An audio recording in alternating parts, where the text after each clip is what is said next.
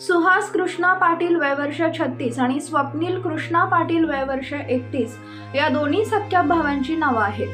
त्यांच्या मृत्यूने संपूर्ण कोपर्डे गावावर शोककळा पसरली आहे। सुहास आणि स्वप्नील दोघे भाऊ भात रोपण लावण आटपून दुपारी पिकांवर तणनाशक मारण्यासाठी शेताकडे गेले होते। तणनाशक मारत असताना सुहासला विजेच्या तारेचा जोरदार धक्का बसून तो शेतात पडला।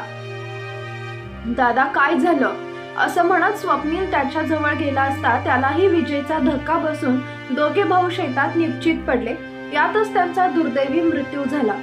आपली दोन्ही मुले अजून घरी का आली नाहीत म्हणून त्यांचे वडील कृष्णा पाटील तिथं गेले असता दोन्ही मुले गतप्राण झाल्याने ते भांबावून गेले। त्यांनी आरडाओरडा केला असता गावातील लोकांनी धाव घेऊन त्यांना आधार दिला। दोन्ही कमावती मुलं काळाने हिरावून घेतल्याने वडील हताश झाले।